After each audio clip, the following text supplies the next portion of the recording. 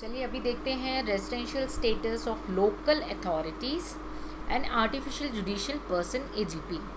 Person की definition पे local authorities and AGP artificial judicial person specifically mention है। ठीक है, तो इनकी स्टेटस देखेंगे कि क्या ये रेजिडेंट हैं या नहीं। ठीक है, सो दो ही में डिफाइन होता है, रेजिडेंशियल एंड नॉन रेजिडेंट में। सेम क्राइटेरिया जो एचयूएफ के बाद मेन आना आपको फोकस करना है इंडिविजुअल पे है।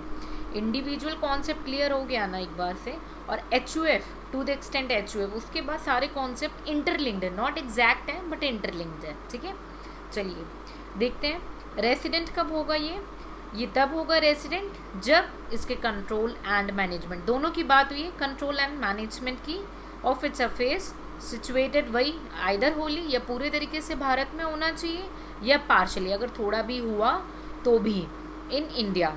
ठीक है, अगर होली है या पार्शली इंडिया में है, उसका कंट्रोल एंड मैनेजमेंट दोनों चीज़, तो क्या हो जाएगा, रेसिडेंट हो जाएगा। ठीक है, और नॉन रेसिडेंट कब होता है, जब होली आउटसाइड होगा, क्या कंट्रोल एंड मैनेजमेंट दोनों की बात हुई है। ठीक है, control and management of the affairs is situated Holi outside India, पूरी तरीके से बाहर है। ठीक है, तब क्या हो जाएगा, नॉन रेसिडेंट। ठीक है, so I read resident, the local authorities and artificial judicial persons would be resident in India if the control and management of its affairs is situated wholly or partially in India. If it's wholly in India, then resident. If it's partially in India, then resident.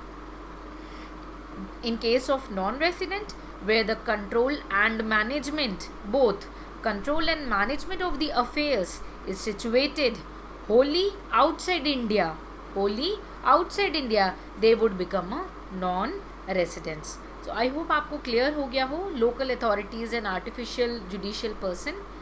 ठीक है, in case किसी भी aspirant को कोई doubt रहता है, आप feel free to ask, और प्लीज़ रिवाइज करेंगे। रिवाइज द फंडा इज़ रिवाइजिंग। कॉन्सेप्ट क्लियर हो गया है यहाँ से, उसके बाद रिवाइज करके मेमोराइज करेंगे।